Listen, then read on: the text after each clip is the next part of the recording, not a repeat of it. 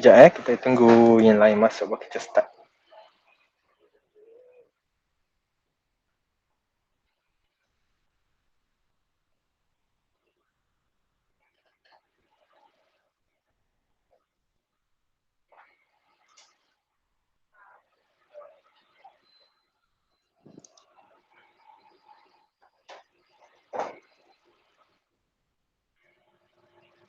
Dah isi attendance dah?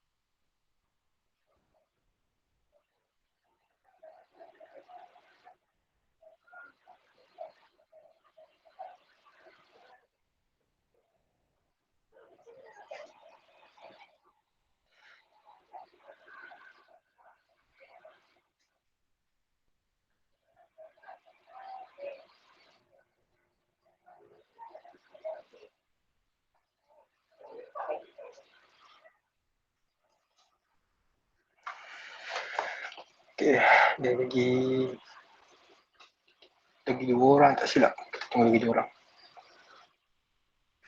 Suara saya jelas? Suara saya boleh dengar?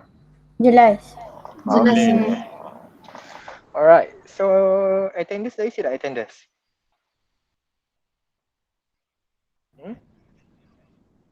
Dah diisi? Attendance dah belum ni? Dah. Dah Kalau siapa yang baru join kelas tu, attendance tu ada dekat pin message dekat group Telegram tu. Saya ada bagi lihat attendance. Sebab semalam macam ramai yang baru join, yang baru dapat tukar modul semua tu. Okay, so dah pukul 11. So we going to start now. Kita akan mula sekarang lah. Okay, so Assalamualaikum and a very good morning. Okay, so macam yang saya cakap dalam group Telegram tu, okay, sepatutnya sekarang ini awak adalah tutor praktikal dengan saya. Okay, tapi sebab kalau dah kelas online ni, lecture and tutorial tu dah macam tak ada beza sangat. So maknanya apa yang saya buat, okay, praktikal awak akan ditukar pada waktu lecture, which is tomorrow 8 to 9 AM. Okay, so praktikal awak akan start hari Selasa lah 8 ke 9. And waktu praktikal saya ganti dengan tutorial. Tapi jangan salah, saya tak ambil 2 jam. Saya tak ambil 2 jam, saya buat macam tutorial biasa je. Okay, so okay, we continue from our last lesson. Okay, on previous lesson we learn about isotope notation. Okay, so for this lesson we going to learn about the relative atomic and molecular mass, mass spectrometry, empirical and also molecular formula. Okay, so kita akan ni lah cover few of these learning outcomes today. So by the end of this lesson, okay, you should be able to define relative atomic and relative molecular mass, interpret mass spectrum and calculate average atomic mass from the mass spectrum data, define the term empirical and molecular formula, determine the empirical and molecular formula from mass composition or combustion data, and also determine the molecular formula. So ini kita punya objektif hari ni. So apa yang awak kena buat lah. Yang tadi dapat kan pasal Padlet yang saya bagi tu? Pasal Padlet yang saya bagi tu dapat kan? Nanti kejap saya bagi link lah. Okay, so we start with the relative atomic mass. Okay, like we have learned in previous lesson, we know that atom is a type of matter. So anything that we consider as a matter, that means it's going to have mass and also occupy space. So even atoms is very small matter, it's a very small type of matter, dia mesti ada dia punya mass dia. Tapi macam mana kita nak measure mass of the smallest substance ni? Okay, so kalau kita nak measure by using conventional method ni macam gram, kilogram, pound, ounce semua tu, digit yang kita akan dapatnya adalah besar lah. So that's why we cannot use conventional method to measure the mass of the atoms. Okay, so there's a way to measure the mass of atom is by using relative atomic mass. Okay, relative, anything that we consider as relative, that means we going to compare with something. Okay, kita akan compare with something else. Okay, kita akan compare dia dengan benda lain lah. So maknanya kita ada satu mass yang kita panggil sebagai standard. Okay, kita akan comparekan mass semua atom dengan mass standard yang kita ada tu. Okay, so before this, we often use oxygen 16 as our standard. Okay, we use oxygen 16 as our standard. Tapi apa masalah oxygen 16? Okay, oxygen, kalau at room temperature, oxygen ni dalam state apa? Solid, gas, liquid? Oxygen. Gas kan? Okay. So sekarang ni awak bayangkan kalau kita nak measure something menggunakan gas, kita nak compare dengan gas. Temperature gas. Ya betul. Gas. Okay, so kalau kita nak measure something yang dalam bentuk gas, kita kena ada storage yang special. Sebab anything that in the form of gas, that mean dia ada dia punya pressure. So maknanya kita punya tank tu mesti can withstand a huge pressure. So dia agak menyusahkan hidup jugalah sebenarnya kalau kita nak comparekan menggunakan oksigen. Okay. So sebab tu dia try guna atom lain. Okay. Sekarang ni in order to measure the atomic mass of any atom, we're going to compare with carbon 12. Carbon 12 is the most abundant isotope yang kita boleh jumpa. Yang mana isotope yang dekat bumi ni yang paling banyak adalah carbon 12. Carbon 12 is basically everywhere. Dalam kita punya badan pun ada carbon 12, tanah, semen semua tu ada carbon 12 juga. So that's why senanglah sebab carbon 12 lagi satu, carbon 12 ni dia dalam form solid. So anything yang solid, kalau benda tu solid, dia tak ada pressure. So awak nak storage dia apa semua senang. So tak memerlukan benda yang mahal ataupun benda yang sophisticated macam kalau kita nak store oksigen lah. So that's why to measure the mass of atom, we're going to compare to the mass of carbon 12. And the mass of one atom of carbon 12, mass dia adalah 12 AMU. AMU stand for atomic mass unit. So maknanya berat carbon 12 untuk satu atom carbon 12 adalah 12 AMU. Okay, so let's say kalau ni tengok an atom of the commonest isotope of magnesium atom is twice as much the mass of carbon 12. So berapa berat dia? Kalau berat magnesium tu 2 kali lagi berat daripada mass atom carbon 12. So berapa berat dia? 24. Okay, correct. So 24. Sebab kita tahu the mass of one atom of carbon 12 is 12 AMU. So kalau dia twice as much, maknanya mesti 24 AMU. So an atom of hydrogen only 1/12 of the mass of atom carbon 12. So berapa berat dia? 1/12 dari 12 berapa? 1. Betul, 1 AMU. So that's why kalau kita nak measure relative atomic mass tu, kita akan comparekan dengan 1/12 of the mass of carbon 12. Maknanya kita ada satu standard. Maknanya standard kita sekarang adalah 1/12 daripada berat satu atom carbon 12. So in order to calculate the relative atomic mass, okay, kita ada formula dia.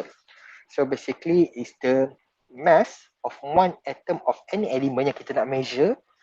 So kalau elemen tu sodium, sodium lah. So kalau lithium, lithium. Divided by 1/12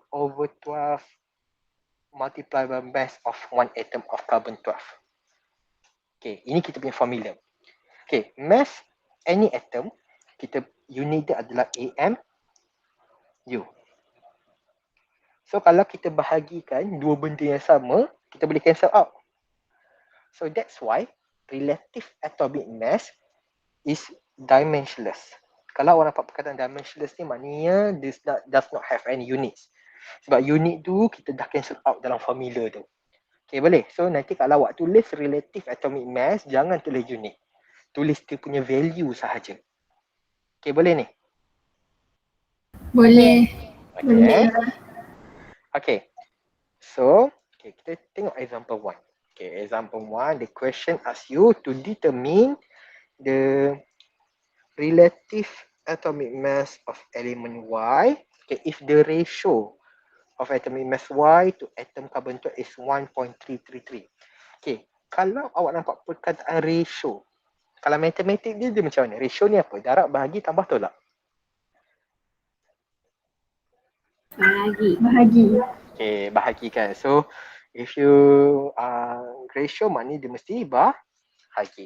So, maknanya, okay, ratio of atomic mass Y, so we have mass atom Y over mass atom carbon 12 is equals to 1.333. Ini apa yang diberi dalam soalan lah. So ingat awak nampak ratio, awak mana dia bahagi. Sebab dalam chemistry ni, ratio is a very important part. So nanti awak belajar stoichiometry pun awak kena guna ratio juga. So siapa-siapa yang tak mahir lagi ratio tu boleh lah. Sebab nanti ratio ni penting. Okay, so kita nak determine relative atomic mass of element Y. Okay, kita tahu ini formula untuk atomic mass. So kita tulis balik. So in order to find the atomic mass, relative atomic mass of Y is equal to mass of atom Y, mass of atom Y divided by over 12 multiply mass of atom carbon 12. Okay. Okay, so ni awak boleh simplifykan dia supaya awak dapat bentuk yang sama macam ni. So basically awak akan dapat, okay, ini satu kan. So 1 over 1 over 12 multiply by mass of atom Y over mass of atom of carbon 12. Okay, setakat ni boleh tak setakat ni? Boleh, sir. Okay, kalau saya terlaju kau pun cakap tau. Okay, so sekarang ni yang part ni kita boleh bawa dia naik atas. Dia akan jadi 12. So 12 multiply by mass of atom Y over mass of atom carbon 12. So kita tahu ratio ni bendanya. So ini kita boleh masukkan dalam ni. So AR dia, so AR of Y is equal to 12 multiplied by 1.333. So awak kira apa-apa? Kira apa-apa? 15 minus 6. Yes, correct. So 15.996. Okay, boleh tak awak round off jadikan 16? Boleh tak awak round off jadikan 16? Punya kucing mana tu? Boleh. Boleh round off? Okay. Jawapannya tak boleh. Kalau dalam chemistry, even awak dapat 15.99 pun awak kena tulis. Jangan round off jadi 16. Awak tulis je macam mana awak dapat dalam kalkulator tu. Okey, boleh ni? Boleh. Okay, ada unit tak? Tak ada. Okay, tak ada sebab relatif. Ingat, relative that mean is dimensionless. No unit. Okay. Okay. So, tengok pula. Okay, tadi dah relative atomic mass. So, now we learn about relative molecular mass. Okay, dia sama je. Cuma beza dia adalah instead of we compare the mass of atom of the element, we going to compare the mass of one molecule of the substance. Okay. So sama je nanti. Okay, so kita tengok example. Okay, determine the relative molecular mass of H2O and CuSO4. So kita tengok. Okay, kita nak cari, sebab kalau nak cari dia punya molecular mass, relative molecular mass, kita kena ada mass of one molecule dulu. Okay, macam mana nak cari mass of one molecule of the substance ni? Awak tambah dia punya atomic mass untuk setiap elemen tu awak tambahkan dia.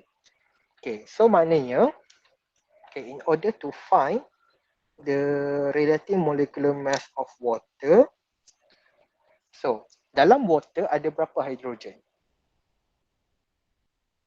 Ada berapa? Okay, 2. So we going to 2 multiply by atomic mass of hydrogen plus 1 multiply by the atomic mass of oxygen. So divided by 1/12 multiply mass of carbon 12 is 12. Okay. Berat satu hidrogen adalah 1. Berat satu oksigen adalah 16. So 1/12 times 12 is equals to 1. So for mR of water, awak akan dapat A, 18. So ada unit tak? Tak. Ya. Tak ada. Okay, boleh follow setakat ni? Boleh. Boleh. Ni senang lagi ni. Senang lagi ni. Okay, kita try copper sulfate. So, the MR for copper sulfate. Okay, dalam copper sulfate kita ada 1 copper plus 1 sulfur plus 4 oxygen over 1/12 times 12. So copper, the atomic mass is 3.6, sulfur 32.1, oxygen is 16. And since we have 4 oxygen, so we need to multiply by 4 over 1. So berapa awak dapat?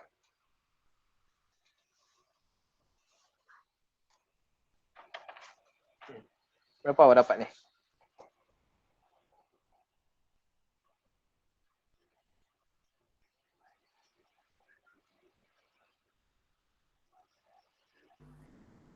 Dah kira dah?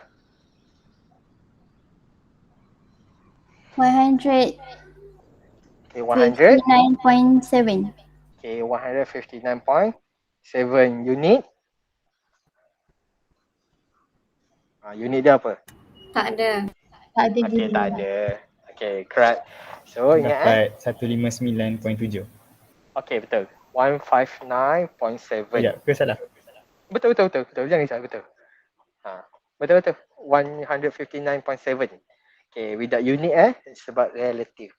Remember the relative does not have any unit sebab kita dah cancel out atas bawah tu. Okay.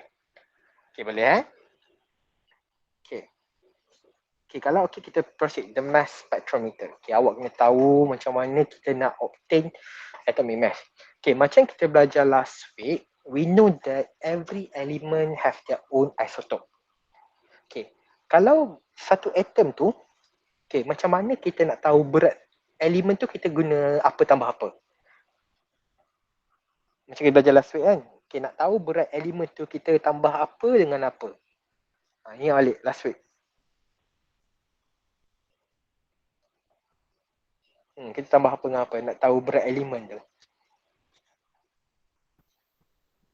Proton tambah neutron Yes, correct. So proton tambah neutron. Okay, betul. So nak tahu berat elemen tu adalah proton tambah neutron. Tapi kalau awak tengok dalam periodic table, okay, dalam periodic table dia ada bagi molar mass ataupun atomic mass je. Contohnya, sulfur 32.1, copper 63.3, chlorine dia punya mass dalam periodic table adalah 35.5. So kalau kita ambil number of proton tambah number of neutron saja, logik tak ada perpuluhan kat belakang dia? Tak. Tak. Okay. Betul lah, tak. So dari mana datang dia perpuluhan ni? Mana datang dia? Agak-agak mana? Afiq Irfan, agak-agak dari mana datang perpuluhan ni? Afiq Irfan? Saya. Nak panggil apa? Afiq ke panggil Irfan? Afiq boleh, Irfan boleh? Okay, Afiq. Okay, Afiq. Dari mana datang perpuluhan tu?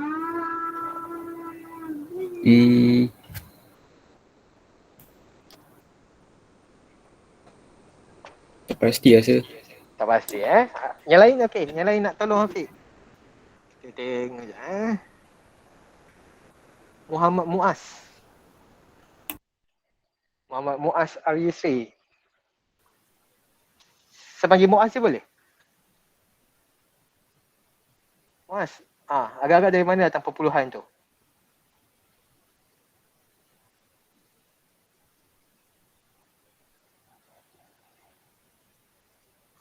Muaz?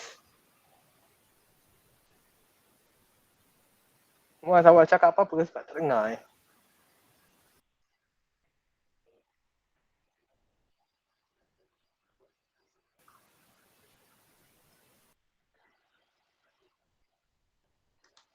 Mic okey tak tu Muaz? Okey. Tak apalah. Okey. So, let's tanya lain pula. Nurul Najwa. Okey. Nurul Najwa. Saya, sir. Dari mana datang perpuluhan tu? Dari mass spectrometer. Kita measure dia daripada mass spec lah, tapi dari mana? Kita nak tengok dapat perpuluhan tu. Memang kita mass spec ni kita satu alat untuk mengukur berat tu. Tapi dari mana kita dapat perpuluhan ni? Saya baru cakap awal dia. Boleh tak Najwa? Tapi tak apa, tak. Okay. Apa tadi? Neutron dengan protonan. Okey. Okey, tahu. So kalau proton dan neutron sahaja awak tambahkan, okay, awak akan dapat whole number sebab tak akan ada proton dan neutron yang akan ada nombor perpuluhan. So macam saya kata tadi, every element, okay, setiap elemen dia ada isotop. So for example, hydrogen, kita ada hydrogen 1, hydrogen 2, hydrogen 3. So chlorine. Chlorine kita ada chlorine 35, kita ada chlorine 37. So basically, mass yang ada dalam periodic table awak tu adalah average daripada setiap isotop ni. Average atomic mass daripada setiap isotop ni. Okay, boleh? Boleh, sir. Okay, boleh Okay, average dia. Kita ambil purata. Sebab tu kita boleh dapat perpuluhan tu. Sebab kita ambil purata setiap isotop tu, kita kira mass dia, kita puratakan dia. Okay. So mass spectrometer ni, kalau awak tengok gambar yang belah kiri ni yang actual mass spectrometer lah. Okay, tapi yang belah kanan ni mass spectrometer juga, tapi yang kita dah simplifykan dia. Yang ni kita panggil sebagai tabletop mass spectrometer. Mana awak boleh letak atas meja. Kalau yang belah kiri ni, awak memerlukan satu bilik yang khas. Okay, awak nak satu bilik yang khas untuk kita set up mass spectrometer tu. Okay. So basic concept of mass spectrometer ni. Okay. Kalau contohnya seorang lelaki ni, okay, dia baling 3 jenis bola yang berlainan berat. So kita ada cricket ball, tennis ball and foam rubber ball. Okay, foam rubber ball is the lightest. Tennis ball the middle, tak ringan sangat, tak berat sangat, and cricket ball is the heaviest, have the largest mass. So let's say kalau dia baling tiga-tiga ni ke arah yang sama, ke arah atas menegak 90 degree.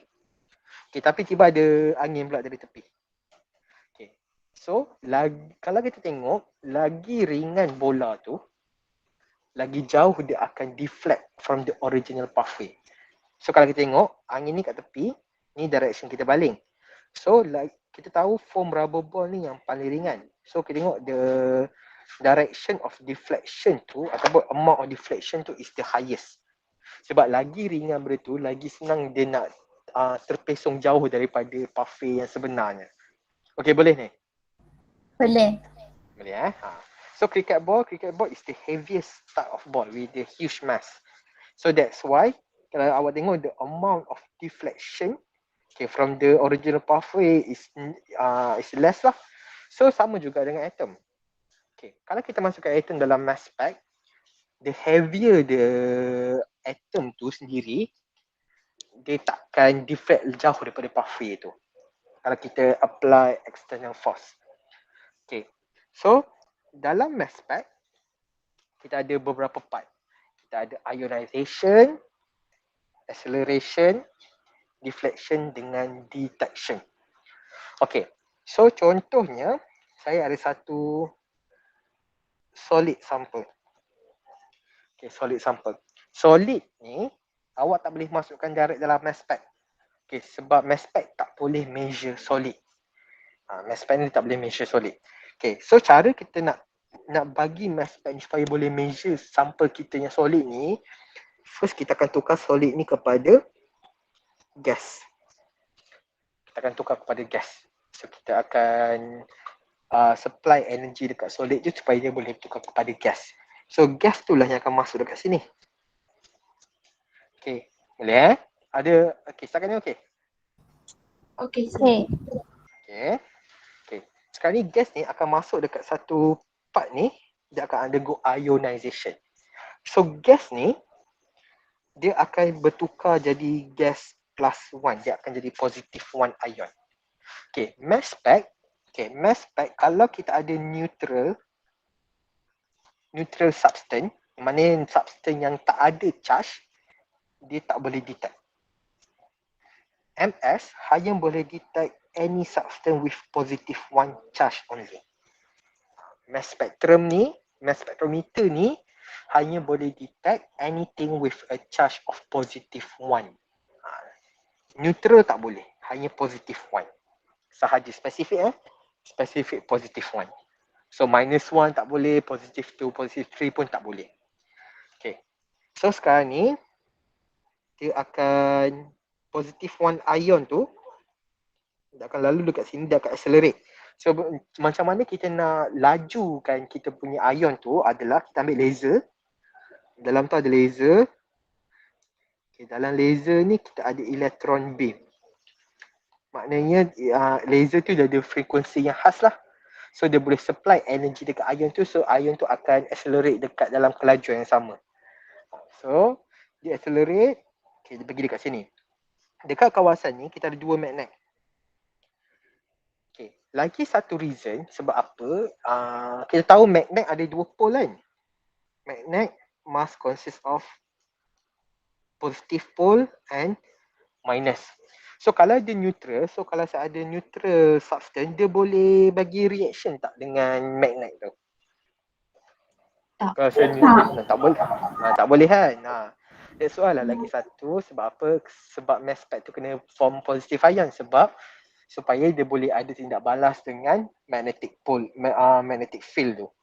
So dekat sinilah yang atom tu akan start deflect. So macam saya cakap tadi, kalau mass dia tinggi, maknanya dia berat lah. Mass dia berat, deflection dia kurang ke besar? The amount of deflection. Kurang. This the list lah.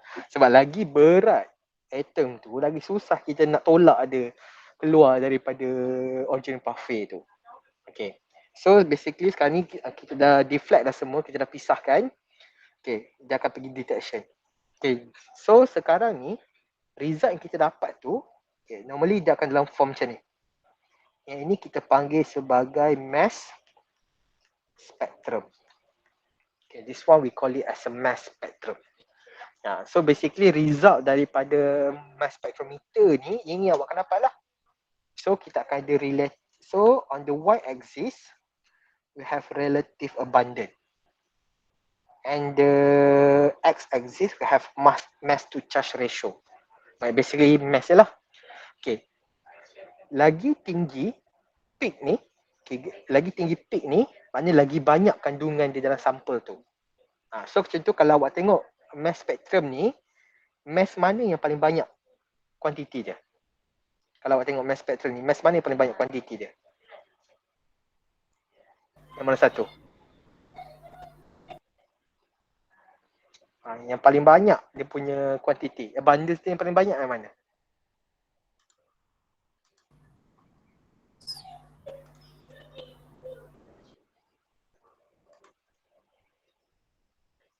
Siti Adlin.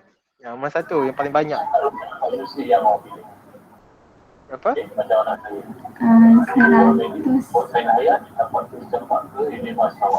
100 yang paling banyak? Okay. Awak tengok peak mana yang paling tinggi? Okay, peak mana yang paling tinggi? Correct. So ingat lagi tinggi peak tu, okay, betul lah 98. Okay, lagi tinggi peak tu lagi banyak amount dia. Itu kita panggil sebagai relative abundance. Relative abundance tu menunjukkan the amount of substance yang ada mass tu. So kalau kita tengok mass spectrum ni, amount yang paling tinggi adalah yang ada mass 98. Sebab kita tengok peak dia yang paling tinggi. Okay. So sekarang kita kena tahu macam mana nak measure the average atomic mass by using this spectrum. Okay, kita kena tahu macam mana nak interpret spectrum ni. Okay.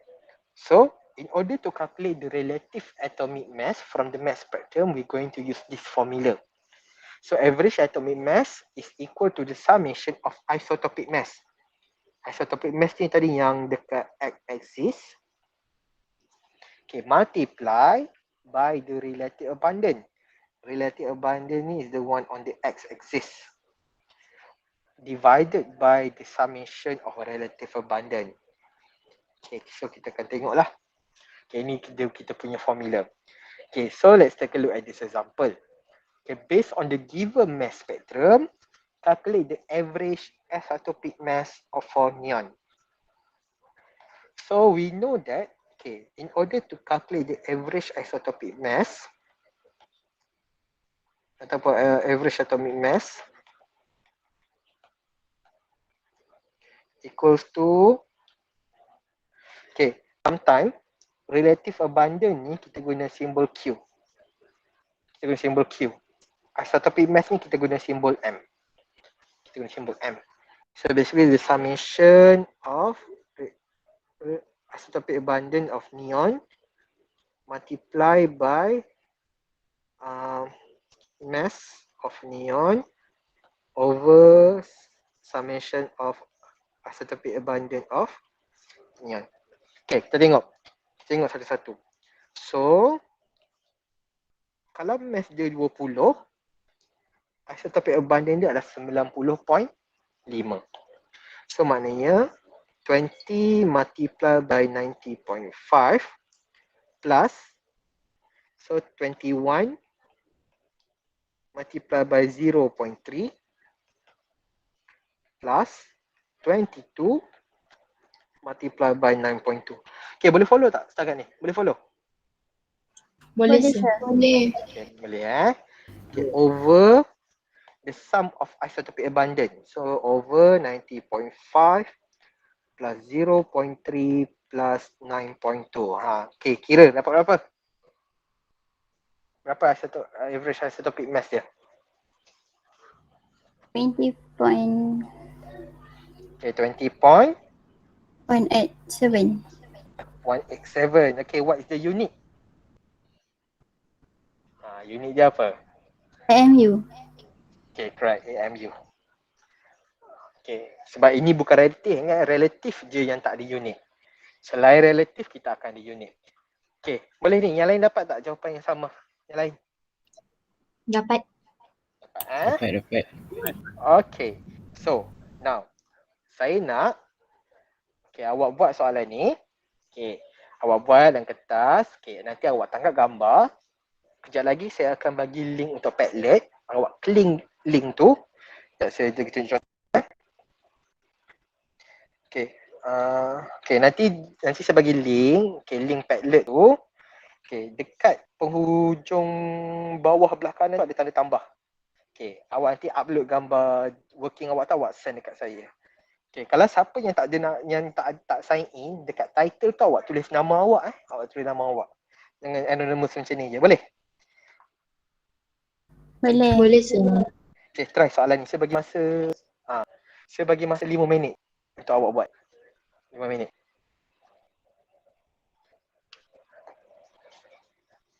Boleh mula sekarang. Saya bagi 5 minit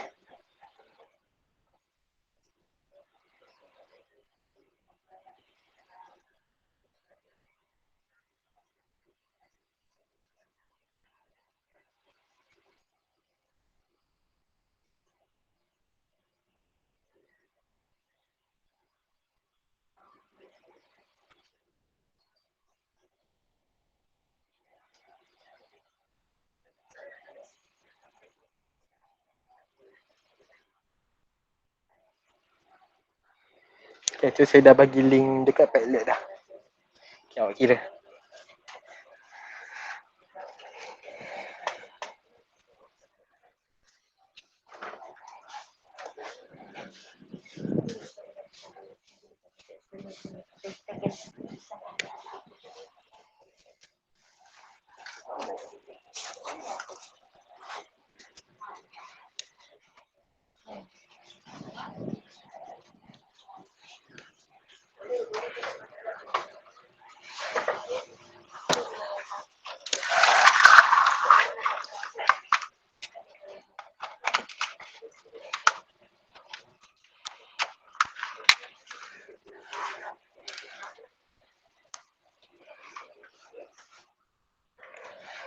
Kalau ada problem cakap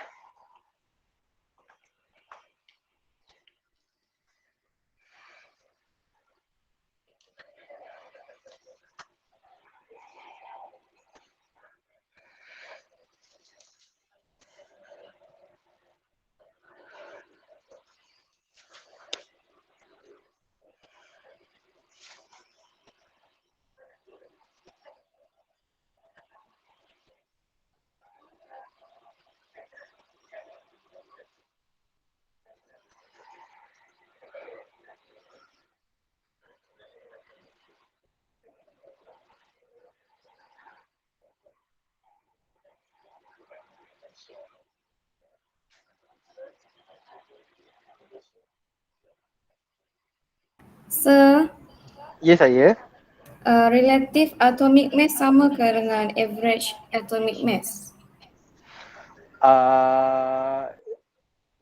Okay, average atomic mass is specific for that particular isotope.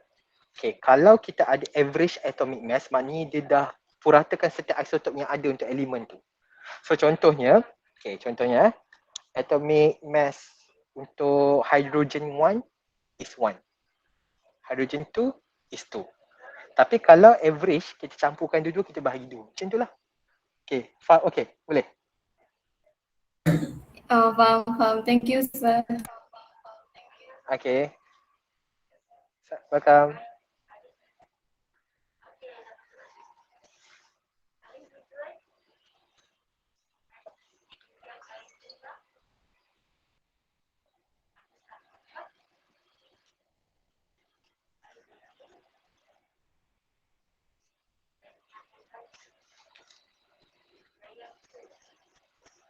Okay, ada yang dah siap lah.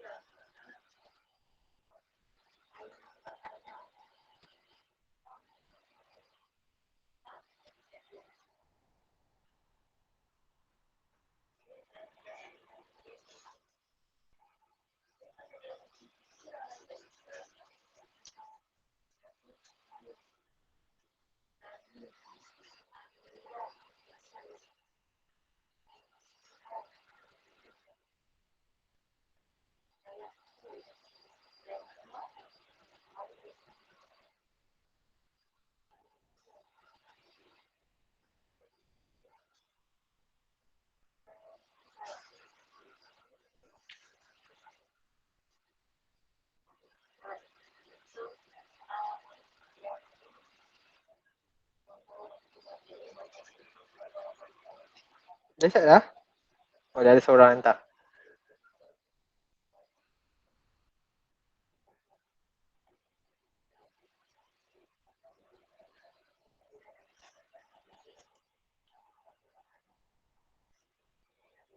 Tengok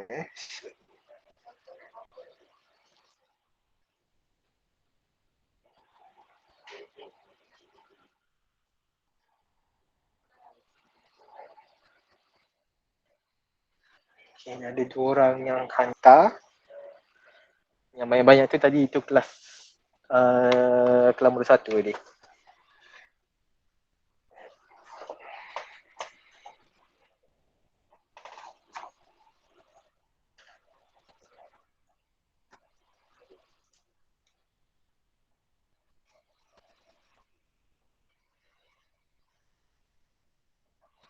Saya bagi masa 2 minit lagi. 2 minit lagi.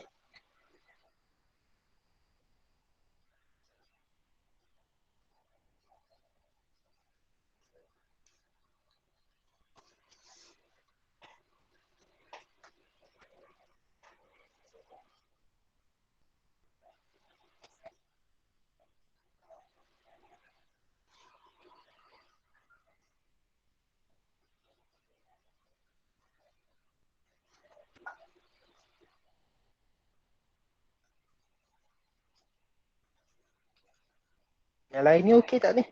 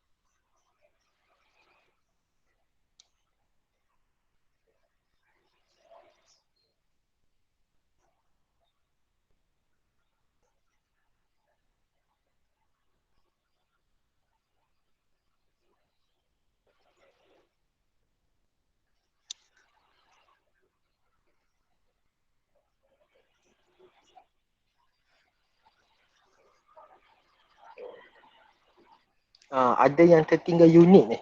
Awak jangan ingat tak ada unit salah even value awak betul. Kalau tak ada unit nanti memang terus akan disalahkan. So nanti lepas ni hati-hati So benda yang ada unit, make sure awak tulis unit dia. So tak apa, ini first time tak apa. So lepas ni make sure ada unit.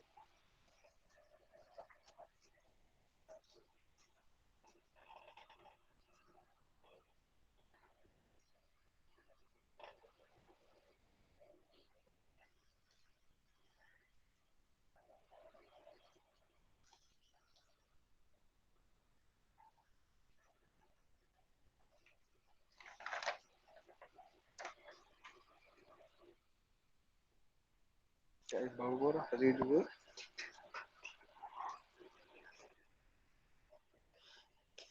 Baru 7 yang baru 5 ni. 3, 4, 5, baru 5.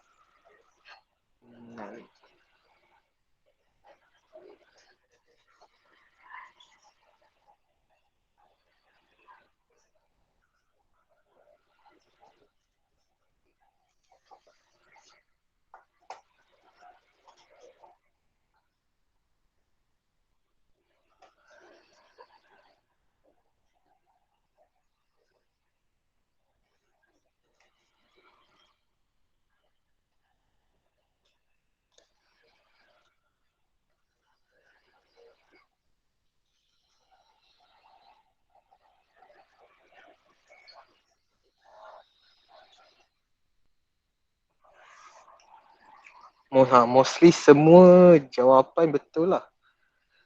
Mostly semua betul. Saya rasa semua betul. So the answer that you should get is 63.5482 unit.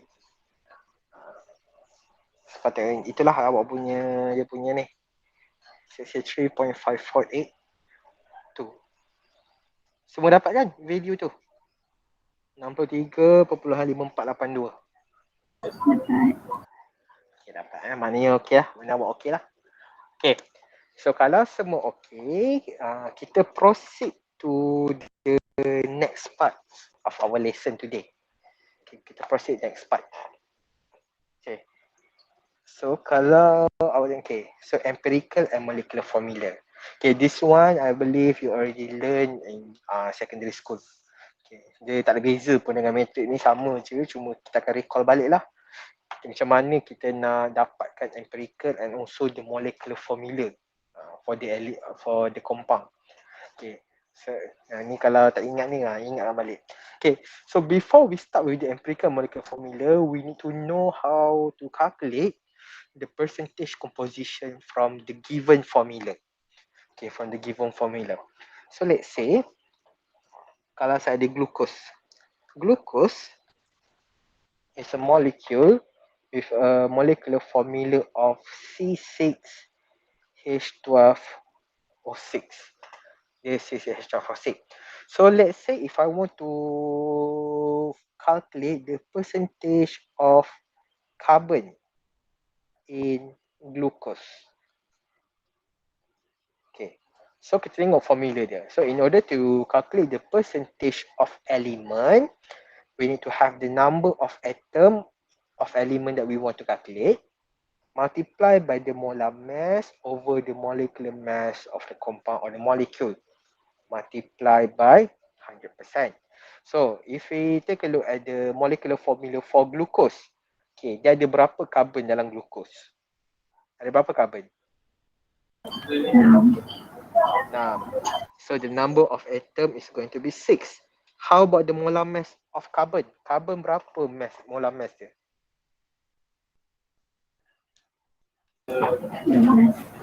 Plus K. Okay, over berapa molar mass untuk glucose? Okay, molar mass glucose berapa? So maknanya 6 multiply by 12 plus 1 multiply by 12 plus 16 multiply by 6. So, berapa dia punya molar mass? Okay, 180 gram per mole. Okay, so 6 multiplied by 12 over the molar mass which is 180 multiplied by 100%. So, awak akan dapat 40%. Okay, same goes if you want to calculate the percentage of hydrogen. So, if you want to calculate the percentage of hydrogen in glucose. Okay, so dalam glucose kita ada 12 hydrogen. So that means 12 multiplied by 1 sebab mass hydrogen adalah 1 over total mass 180. So nanti awak akan dapat lah. Same goes with oxygen. So kalau nak cari oxygen maknanya 6 multiplied by 16 over 180 multiplied by 100. Okay, yang ni okay. Yang ni boleh? Okay, boleh. Kalau saya laju sangat cakap kasih laju sangat. Okay.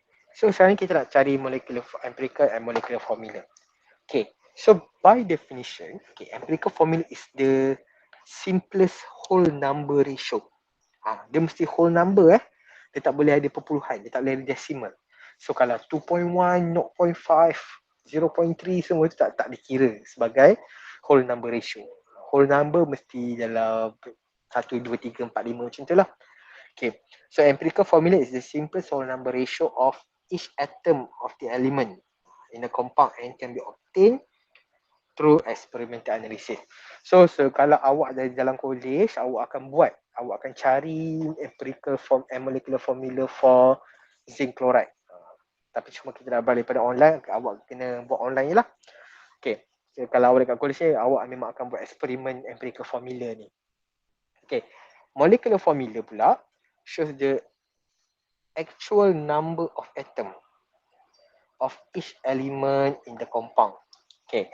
So, kalau kita tengok glucose tadi so kita ambil yang glucose tadi. So, glucose have molecular formula of C6H12O6. Empirical formula dia, okay, kita kena tengok dia punya bilangan atom tu. Awak tengok bilangan atom 6, 12 dengan 6. Okay, kalau macam ni kita kena guna C berapa? Macam nak simplifykan dia? Guna C berapa? 6. C 6 kan? So, betul. So, dia akan jadi CH2O. So, empirical formula for glucose is CH2O. So, basically, kalau awak nak convert empirical formula kepada molecular formula, awak kena cari multiplication factor dia. So, for this case, the multiplication factor ataupun N adalah sama dengan 6. Okay, so kita akan belajar lah macam mana nak cari empirical dan macam mana nak cari multiplication factor tu. Okay. So in order to determine the empirical formula, first we need to have the mass of each element in the compound. Dia kena mass element bukan mass compound. Dia kena mass setiap elemen. So kalau macam glucose tadi, okay, glucose C6H12O6. So kita kena ada berat karbon, kita kena ada berat hidrogen dan kita kena ada mass untuk oksigen. Kita kena ada.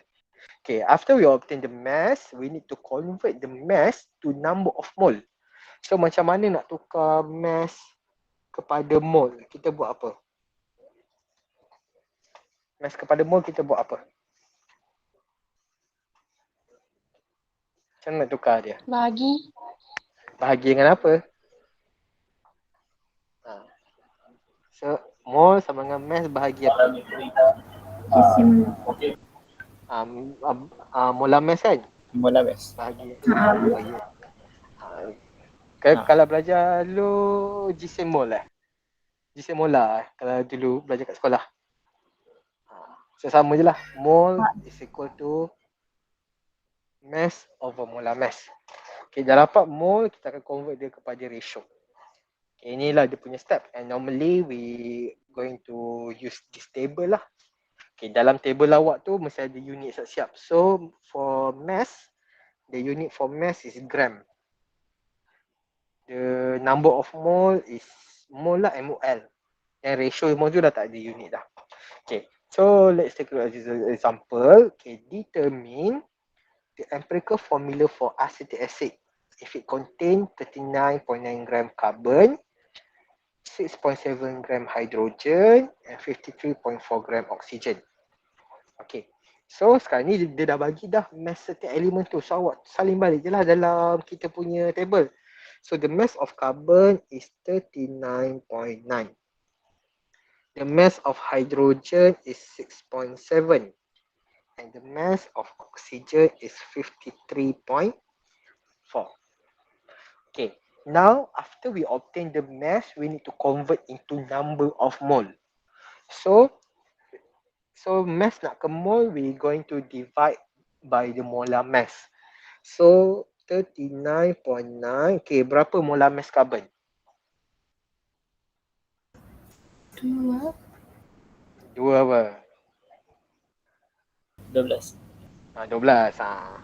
12. Okay. Betul. 12. So nanti awak akan dapat dia punya mole adalah 3.325 mole.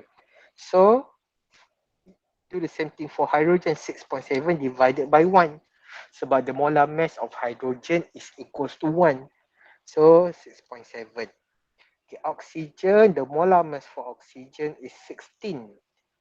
Okay, so kita akan kalau bagi 16, kita akan dapat 3.337. Okay, now we already obtained the number of mole. We need to convert the mole to ratio. Okay, how to do that? Okay, kita cari first kita cari number of mole yang paling kecil value dia.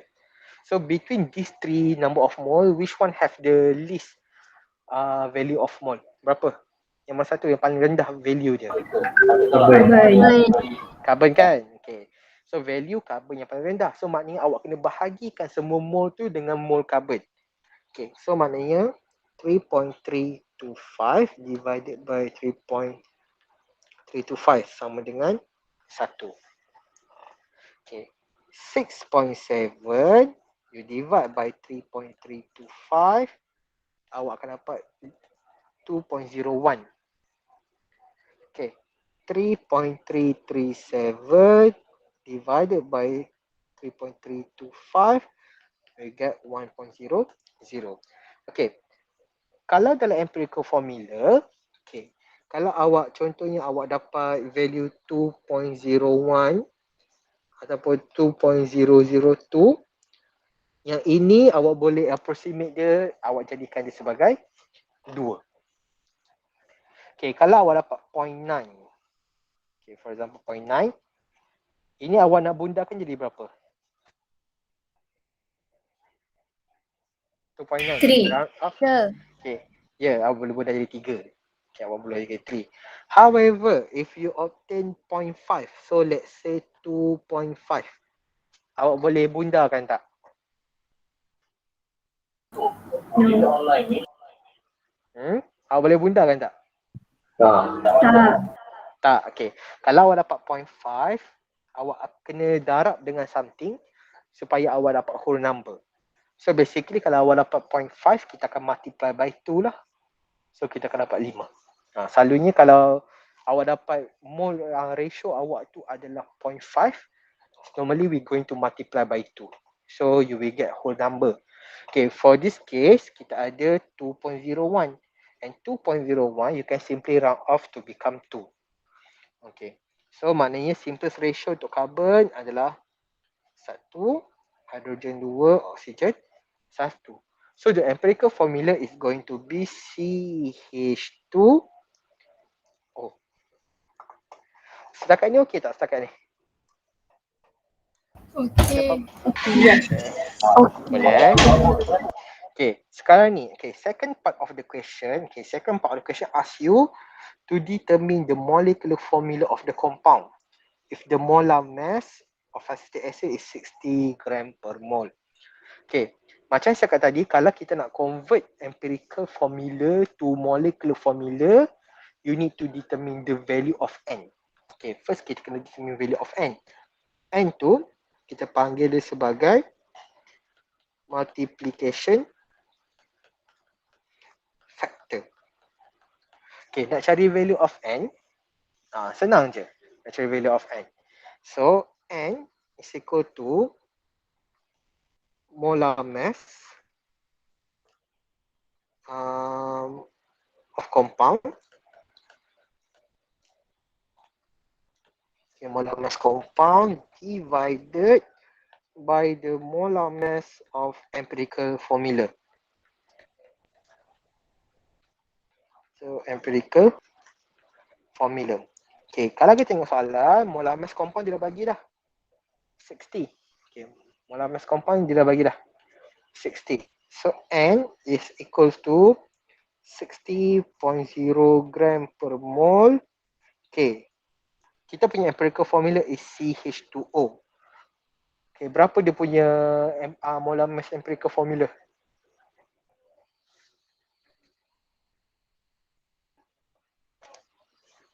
Berapa?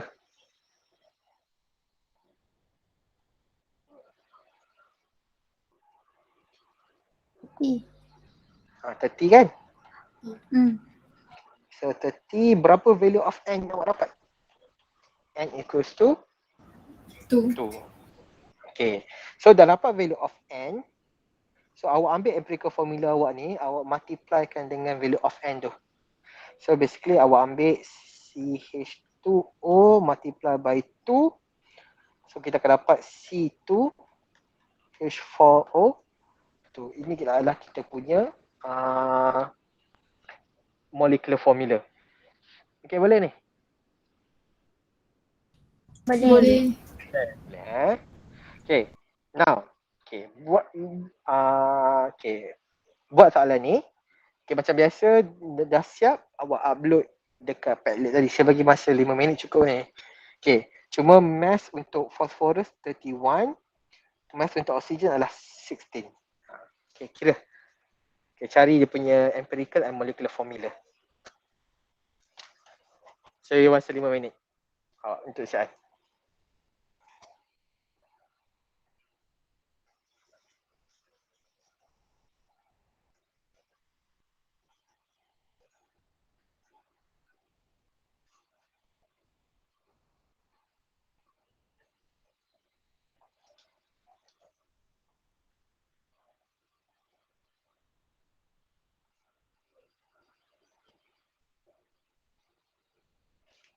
Ya, attendance semua dah isi belum attendance?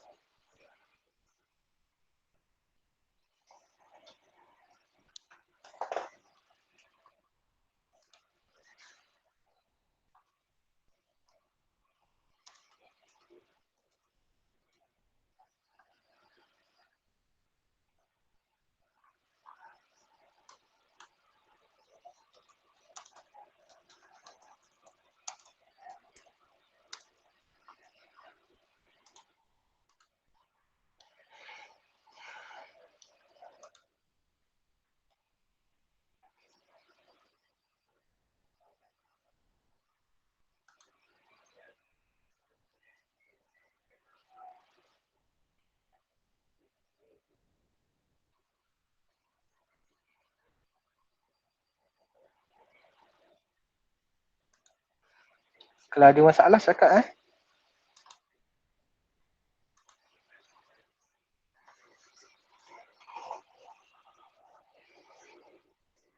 Awak hantar guna link yang sama macam tadi tau.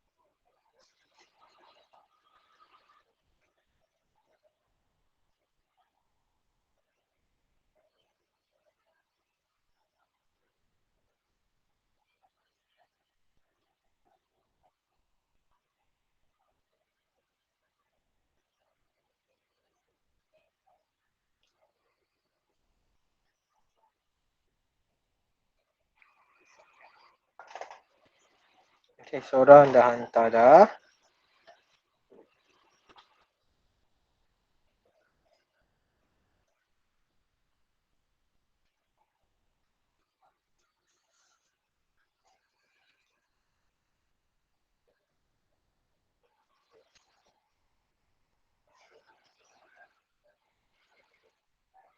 Okay.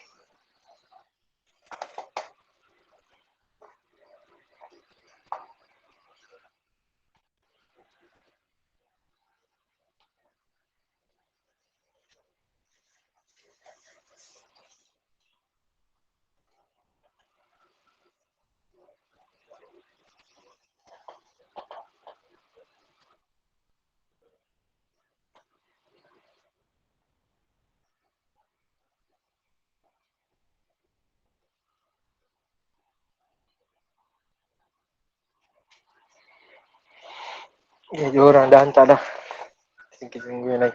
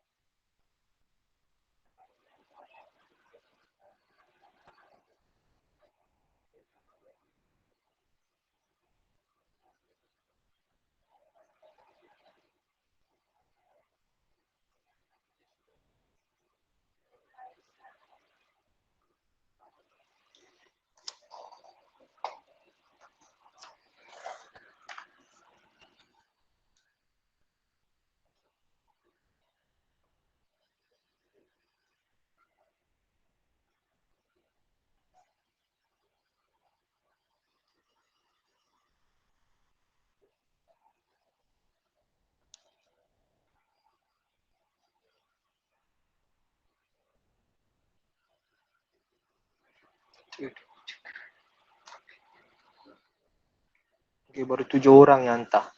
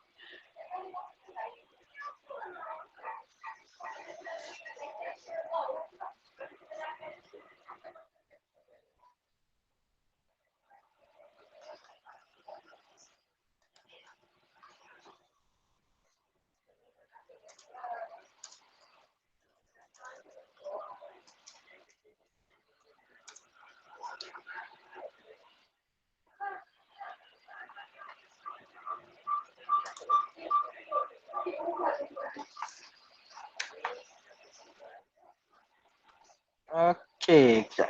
Tengok sikit. Kita tengok yang Afiq Irfan punya ni. Okay, kita tengok yang Afiq Irfan punya. So,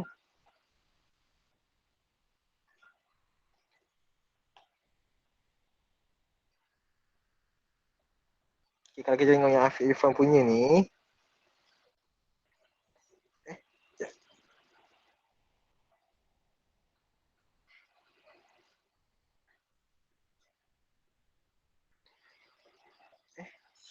Okay, tak apa. Tadi tak apa lah. Kita tengok ni Adlin punya ni.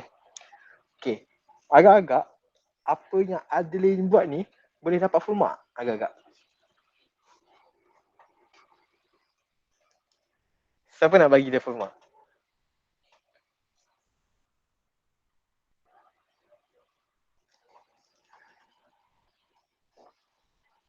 Nurhanis. Nurhanis. Ya. Agak-agak betul tak apa yang Adeline ni buat? Sama tak dengan jawapan awak? Sama. Sama Okay, cumanya hati-hati sikit Okay, sebab sekarang ni kalau kita tengok sekejap. Okay, jawapan yang Adeline buat ni dah betul lah. Okay, jawapan dia empirical formula dia P2O5, molecular formula dia P4O10. Okay, tapi kalau awak tengok dia punya table ni tak ada heading tu. Tak ada heading tu. So tak tahu mana satu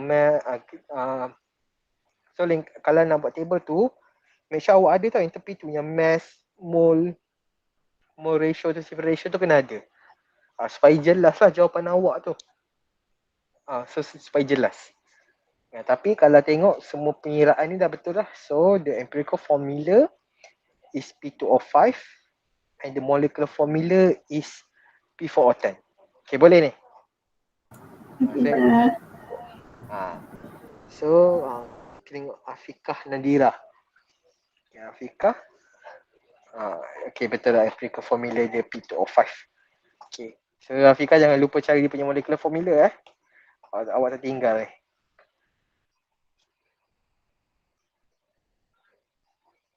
Okay. So kita tengok tadi lagi.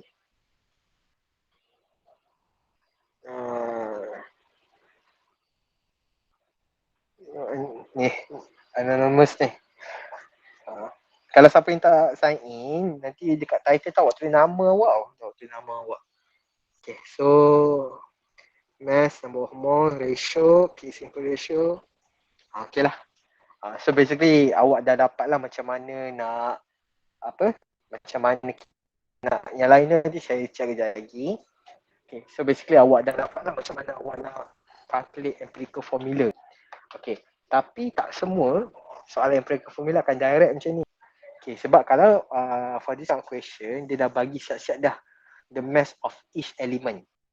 Okay, tapi ada setengah style soalan dia tak bagi mass each element, tapi dia bagi mass of compound. Okay, yang ini kita panggil sebagai empirical formula from combustion data. Okay, contohnya if you have any organic compound, okay, organic compound ni any living things lah, macam kayu, haiwan, kita ni organic compound. So kalau kita burn, okay, if we burn organic compound, normally we produce carbon dioxide and water. Okay. So macam mana nak kira empirical formula of those organic compound? Kita boleh dapatkan daripada mass carbon dioxide and mass water. Okay, so for example okay, compound A consists of carbon, hydrogen and oxygen. Okay, and has a molar mass of 60 gram. Okay, if the complete combustion of 1.47 gram of compound A produce 2.156 gram CO2 and 0.882 gram H2O. Okay, determine its empirical and molecular formula. Okay, kalau soalan macam ni boleh tak awak direct cari empirical formula dia? Boleh direct tak? Tak. Tak kan? Sebab dia tak boleh. bagi mass element. Betul, tak boleh. Sebab dia tak bagi mass element. Kalau kita nak cari empirical formula, we need to have the mass of each element. Tapi yang the given in the question is the mass of compound. Okay, dia dah state dah, compound ni ada carbon, hydrogen and oxygen. So first we need to determine the mass of carbon, mass of hydrogen and also the mass of oxygen. Okay, so the mass of carbon, okay, can be obtained from carbon dioxide. Okay, from mass of carbon dioxide kita boleh cari mass carbon. Okay, from the mass of water, we can calculate the mass of hydrogen. Okay, mass compound, okay, kita boleh calculate mass of oxygen. Okay, ingat, mass carbon can be calculated from mass carbon dioxide, hydrogen from water, oxygen from the compound. Okay, setakat ni okay, boleh follow setakat ni? Boleh sir. Boleh ni? Okay, so nak cari mass dia, kita kena guna mole concept. Okay, kita comparekan. Okay, so macam saya kata tadi, kita cari mass carbon dulu. Sebab kita nak cari ni, kita cari mass carbon dulu. Dan mass carbon kita boleh obtain daripada mass of carbon dioxide. So let's say 1 mole of CO2. Okay, 1 mole CO2. Okay, dalam 1 mole CO2 ada berapa mole carbon dalam tu? Dalam CO2 ada berapa carbon? 1. Satu. Okay, 1. So dia mesti ada 1 mole carbon. Okay, the mass for 1 mole of any substance, okay, ingat, the mass of 1 mole of any substance is equivalent to its molar mass. Okay, maknanya berat 1 mol carbon dioxide mesti sama dengan berat molar mass dia. Okay, berapa molar mass untuk carbon dioxide? Berapa berat dia? 2 point. Molar mass carbon dioxide.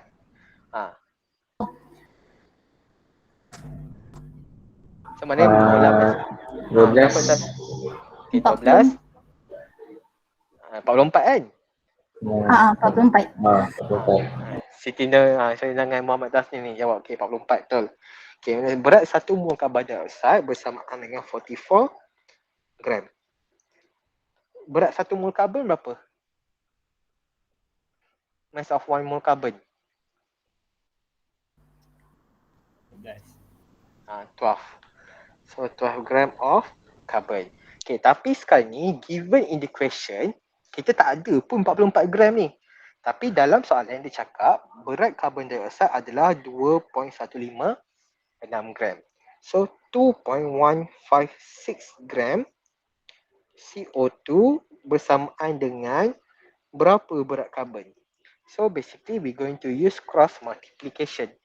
So 2.156 gram CO2 multiply by 12 gram carbon divided by 44 gram CO2. Okay, unit sama, molekul sama, kita boleh potong supaya end up awak punya final answer unit dia lah gram of carbon. Okay, so kira dapat berapa berat carbon?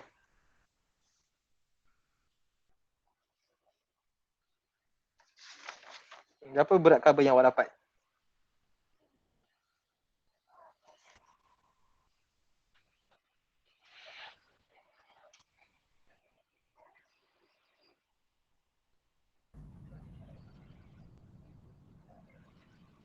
Zero point 588. Okay, correct. So 0.588 gram of carbon. Okay. So, macam tu juga kalau kita nak cari berat hidrogen. Okay, kita guna teknik yang sama. Okay.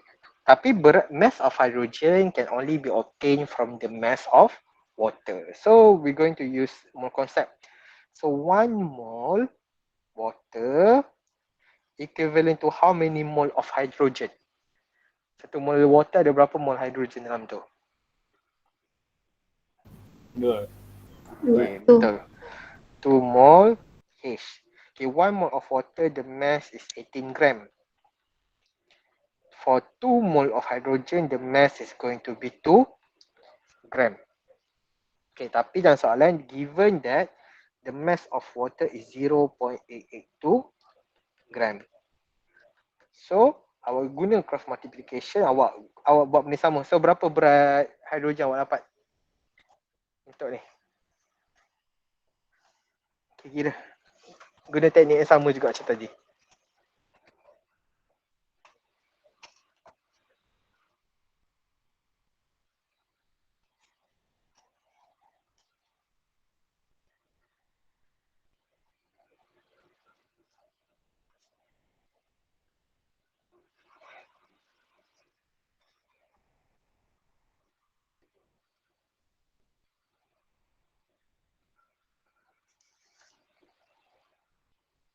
Dapat dah berat berat hydrogen. 0.098. Okay, correct. So 0.098 gram of hydrogen. Okay, sekarang ni awak dah dapat berat karbon, dah dapat berat hidrogen. So kita kena cari mass of oxygen. Okay, in order to find the mass,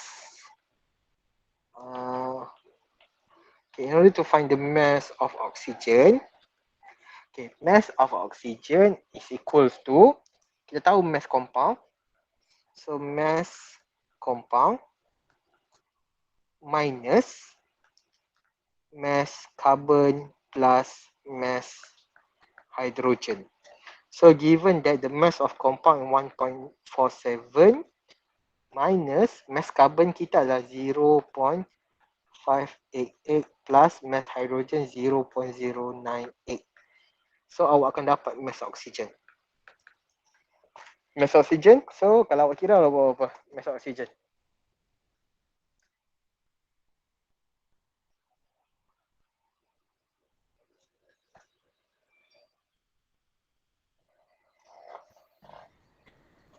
Dapat apa?